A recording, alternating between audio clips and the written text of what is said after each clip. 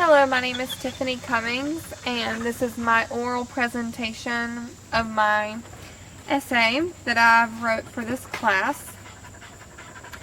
I chose keeping religion in schools, keeping prayer in schools. It's very dear to my heart. I am a Christian. When I was in elementary school, I can remember saying the Pledge of Allegiance over the intercom. I can remember saying a prayer, and as I got older, as I went through school, elementary into middle, I do remember small things that happen to make everything change. I remember one incident, or one time.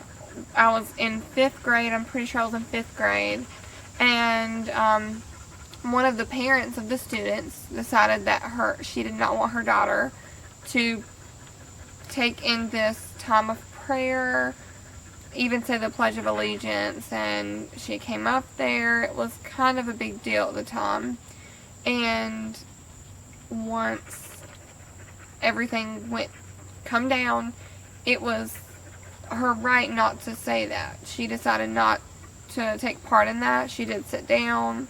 She didn't want to stand up during the time, which is fine. My personal opinion is that prayer in schools would help boost morale. It would help bring things together the way it should be, in my opinion. I know that in certain situations it forces children into participating in things that they wouldn't want to do, as in prayer and such. I also think that if given the opportunity, that children would choose to do it, would choose to pray, would choose to have religion in schools, but it's the parents' choice more of the children that actually go to school there. So in my paper, I have 10 major points that I would like to share. So number 1, our government was founded on religion, and on the Declaration of Independence, I'm going to read it out here. We hold these truths to be self-evident, that all men are created equal, and that they are endowed by God with certain unalienable rights. You see the word God in there. And the country was totally founded on God, on prayer, on the creation, on the thought that God was the creator of the universe. I have this paper here of the church. These are people here, and there are certain churches that have schools in them now, which obviously they allow the prayer and the time of reading in the Bible. There's a fun fact here for you. 55% of Americans claim to pray every day. Not saying that they pray to anyone certain, any of their religion, but they pray, which says a lot to me.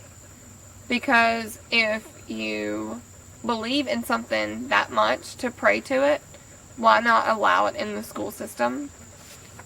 The second point here is that the First Amendment does not separate God and the government, but it actually encourages religion.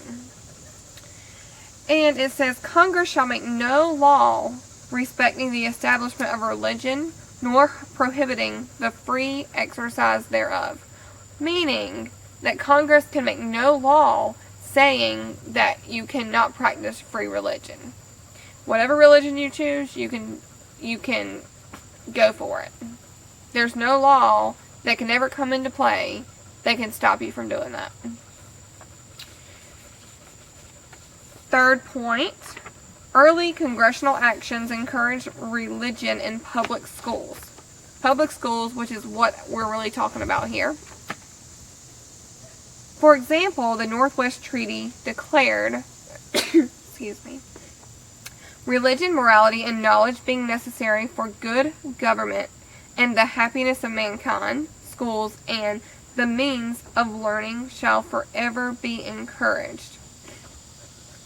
They wanted time to reminisce. They wanted time to, excuse me, to think and pray and hope for a good future. Hope for that good day. Hope for the children, and just knowing that they had that time helped them out tremendously. Fourth, early presidents with congressional approval made proclamations encouraging public prayer. Early presidents, meaning the United States was founded on it. The government was founded on it. Public schools encouraged it. I think once we get back, if we ever got back to the point of whenever they first started settling, if we ever got back to the point in religion that we were in, that schools would have less violence. A lot of children would see less violence. It's very, it's just crazy how much things have changed, even since in the short years I have been born. Well, number 5, Congress has prayed at every opening of every session since the beginning, which still happens to this day. Congress prays. Why can't kids in school pray? Indeed, in a moment of crisis, at the very first Continental Congress, Benjamin Franklin urged prayer, and he actually started it. They were actually going through a bit of a crisis at the time.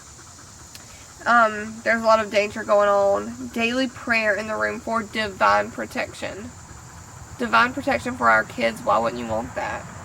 Not saying you're praying to anyone specific, but divine protection.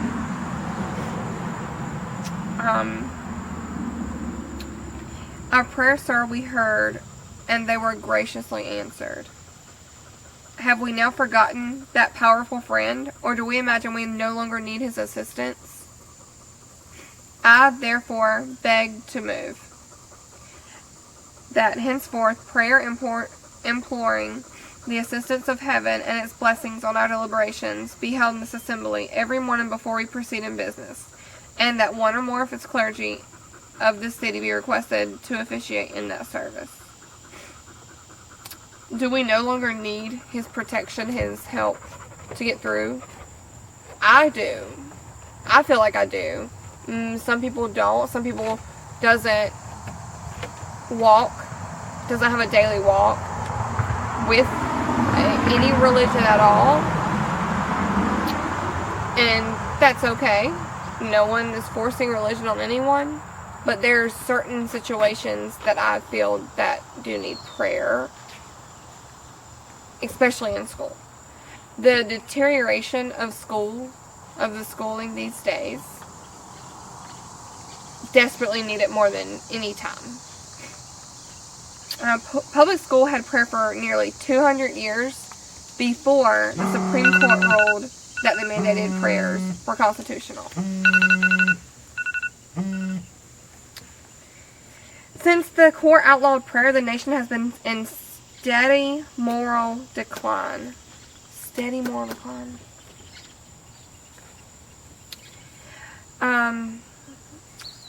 I feel, in closing, that to forbid the majority the right to pray because the minority object is it just imposes on your rights. I feel that there is so much evidence that schools need prayer. They should not be able to take it away. They shouldn't be able to force everyone to do it, but they should not be able to take it away in schools. if you would like to stand up and say a prayer, you should have that right. If you would like to say a prayer before your meal, you should have that right. And that's my closing for this. I have a couple small things just to show here. A couple things that people seek from church. Help you find the way. Help me give my kids a faith foundation. Give me ways to pray, worship, and serve others. Help me in the community and people by their side to support them. That's a wonderful, wonderful thing. Keep calm and love God. Prayers should be free to anyone who would like to do it.